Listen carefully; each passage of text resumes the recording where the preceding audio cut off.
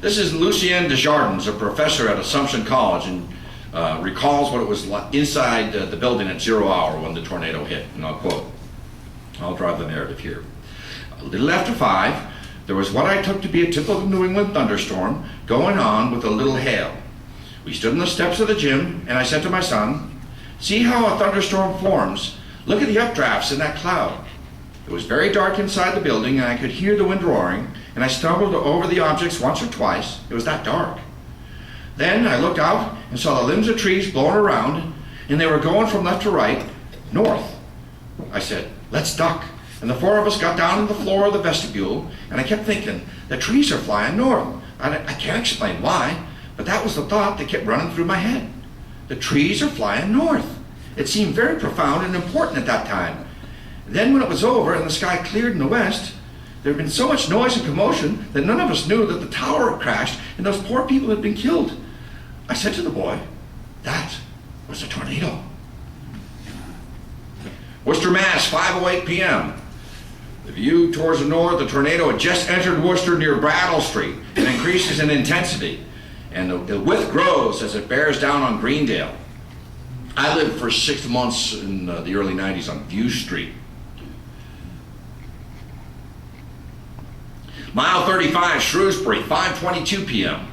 The view towards the north-northeast, and this photo was taken from 53 Wells Street in Worcester, showing the mile-wide funnel as it looked from 3 miles away. A classic supercell structure. Mile 38, Shrewsbury, 5:26 p.m. The view towards the west-southwest, the mile-wide vortex as it's seen from the junction of routes 9 and 20. I think we all know where that is. Shrewsbury, 2 minutes later, 5:28 p.m. The view towards the south-southwest. Ominous skies block out the afternoon sun as deadly funnel approaches the southwest cutoff, Route 20, near South Street. This is the last known photograph of the tornado on the ground.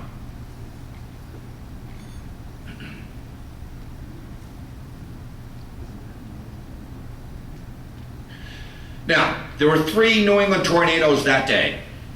By mid-afternoon, 3 tornadoes touched down over New England. The killer in Worcester County, and the second further northeast in Rockingham County, New Hampshire, which destroyed 15 homes and businesses and injured 15, and the third to the southeast of the Worcester tornado in the Massachusetts counties of Norfolk and Bristol, where it injured 17 and caused $700,000 in damage, $1953. The dollar's so worthless I can't do the factor of what it would be in 2010. But we live in strange days indeed, given oil slicks and volcanoes going off and Heather Locklear driving again.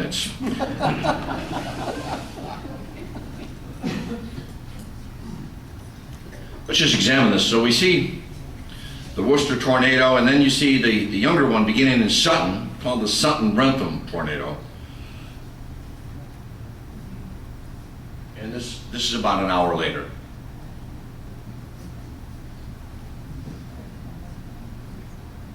I call this the Southborough swirl. And the reason is my cousin Lucy, who's always sending me anecdotal evidence about the tornado, she found a passage from a book entitled Fences of Stone, which was the town history of Southborough written by Richard Noble in 1990. And she's been searching, following up on a yarn that claimed that the tornado had actually split in 2 and went around the Pilgrim Church in Southborough. And there were little miracles that happened. Houses totally destroyed. People just vacated an area where the tornado struck. Glass being blown in and people just vacated the area. And I call it Providence, and I saw a lot of these tales show up in the hurricane in 1938, and I'm sure that you're going to tell me some when we conclude here in just a few minutes. Well, the twister passed just south of Route 9 and hit Parkerville, Middle, Mount Vickery, Woodland, Corderville, and Breakneck Hill roads in Southborough. At the post office, in a section known as Fayetteville, in the ground floor of his home, Postmaster James J. Trioli heard a terrible noise, and you're going to tell me it sounded like a whole bunch of trains, and they thought it was a hurricane. Well, he sent his family down to the cellar, but as he started down the basement stairs, the tornado struck the house, and the building began to tear apart. His wife started up to help him, but the staircase collapsed, and she was killed. And then the house fell in. In another Fayetteville home, a man was crushed under his refrigerator as his walls came down. The cyclone then roared up Breakneck Hill. Mr. and Mrs. Ray Davis were having a meeting in the big house at Davco Farm when huge hailstones started falling from the sky.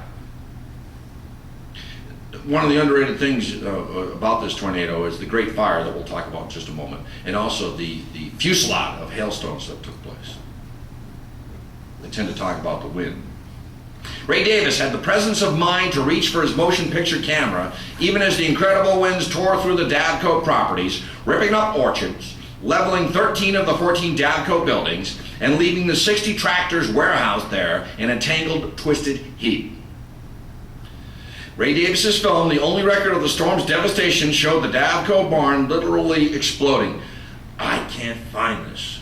If anybody here knows where this film is or can direct me to it, love to find out. James Trioli was pulled from the wreckage of the Fayetteville post office alive, but he would die 7 years later from the injuries that he received that day. In Framingham, a young man, Dick Kern, found mail from the Fayetteville post office blown there by the powerful winds. And within minutes of the tornado's passing, the sky cleared to a bright blue sky with big white puffy thunderclouds banked up to the east. This is the end of the tornado. And here's the tornado cloud about a half hour after it went by. You can see the towering thunderheads. Blue Hills, black sky. Debris started raining on the Blue Hill Meteorological Observatory 30 miles east of Worcester, and the staff notified the Boston Weather Bureau, which was immediately issuing a severe thunderstorm and tornado warning for the area west of Boston. Watch meaning possibility, warning meaning it's coming. Debris fell on Blue Hill for 30 minutes. First oak twigs with frayed leaves, then papers, and they often say that in Canton and Milton there are seedlings that came from Worcester trees, so if you look at some of the trees, they're actually the predecessors of Worcester. Rags, wood splinters, shingles, roofing paper, insulation, 6-foot clapboard planks, and 10-foot square pieces of roofing or walls. The director of the observatory, Charles Brooks, reportedly found a French music box, pages of the Worcester Telegram and Gazette, an aluminum trapdoor, a piece of roof, and a frozen couch cover on the grounds. Debris was also found in Massachusetts Bay near Weymouth and out in the Atlantic Ocean. Chunks of soggy, frozen mattress fell into the Boston Harbor from Worcester. This is just a letter Shelley Potter wrote to Charles Brooks about the account that was endured. And basically, Shelley states, at approximately 16:15 hours, that's 4:15, rain started to fall, and by 4:20 it had become a downpour with scattering of small egg-shaped hailstones. Goes in to describe how big the hailstorms were, and by 4:35 the rear of the tornado could be plainly heard at the forest. And it's an intense account. Now, here's an anecdote I was told as a child about the Worcester tornado. Can't find any information on it, but basically it goes like this. My grandfather told me about this. A farmer in Framingham is atop his tractor, slowly tilling his field. As he looks towards his farmhouse, he sees his wife frantically waving her arms. He waves back, thinking that she's indicating that dinner's ready, and nonchalantly goes back to his business of plowing his fields.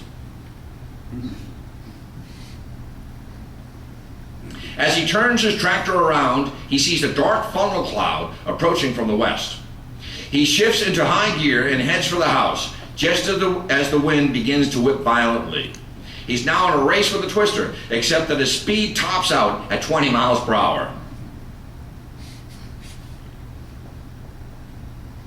Just as he gets to the house, he dives for the bulkhead where his wife has already retreated. 20 minutes later, when he emerges from the bunker, he finds his tractor on its side 100 yards away from where he left it, and some of his fence is found a half-mile away. Now, this is the man with the goldfish. This was told to me last year when I read for the Worcester Low Vision Group, and if you're here today, please speak up and tell me this story. And again, it's anecdotal. A man walked down a street in Worcester immediately after the tornado passed, holding a goldfish in a bowl. He was cut and dazed and naked from the waist down.